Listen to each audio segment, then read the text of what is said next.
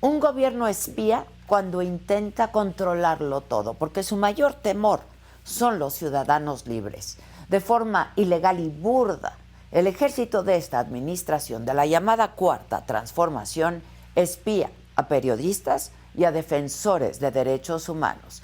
Y las respuestas del presidente ante la evidencia contundente solo pueden tener dos vías: o no tiene control de lo que están haciendo las Fuerzas Armadas, o los mandos de la Sedena le están mintiendo.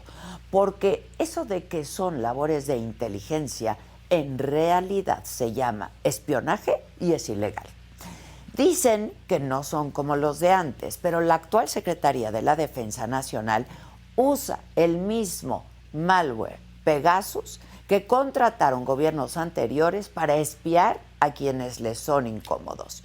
Y el caso más reciente es el de Raimundo Ramos, un defensor de derechos humanos de Nuevo Laredo, y que desde hace varios años ha denunciado diversos casos de uso excesivo de la fuerza y ejecuciones extrajudiciales cometidas por militares y marinos en Tamaulipas.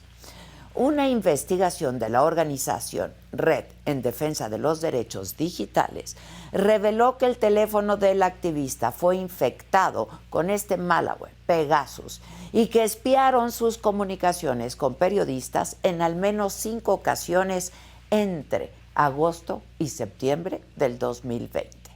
La información de esas conversaciones tenía que ver con casos de violaciones graves a derechos humanos que Raimundo estaba siguiendo. No solamente eso, la intervención se dio en los días que sostuvo reuniones con periodistas y estuvo en la oficina del Alto Comisionado de Naciones Unidas para Derechos Humanos.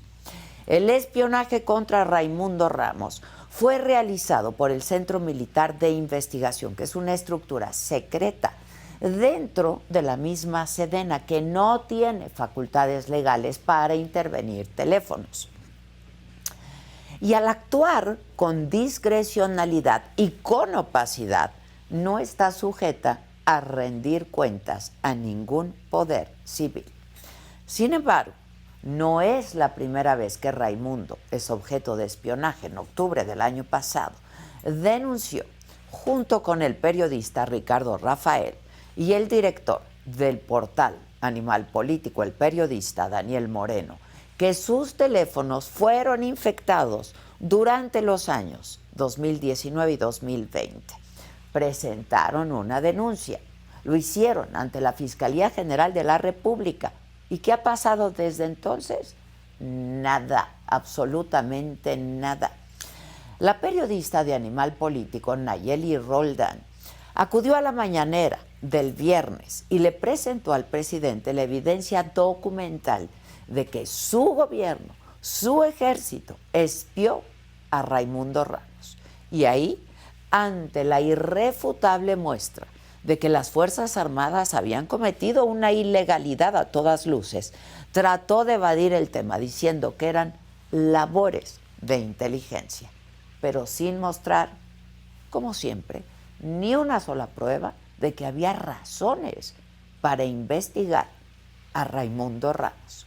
Otra vez, no solo eso, dijo que quisiera un tema del Centro Nacional de Inteligencia, lo que era antes el CISEN, cuando las pruebas demuestran que no fueron ellos, sino el Centro Militar de Investigación, que es una institución completamente distinta.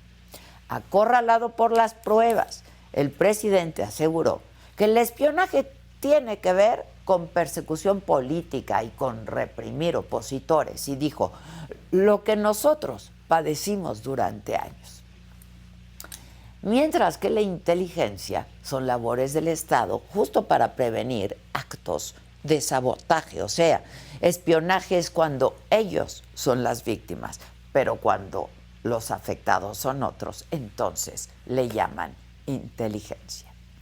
Por eso digo, o el presidente no tiene control de lo que están haciendo las Fuerzas Armadas, o los mandos de la Sedena le mienten, porque es alarmante que el presidente confunda el Centro Nacional de Inteligencia con el Centro Militar de Investigación.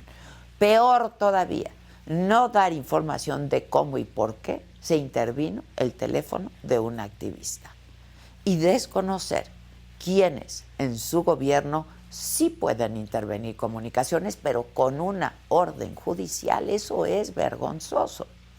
En tiempos donde las Fuerzas Armadas tienen cada vez más y más y más tareas y con ello más concentración de poder también, la impunidad y la evasión a responder cuestionamientos sobre espionaje solo dan cuenta de que bajo las narices del presidente algo no huele bien.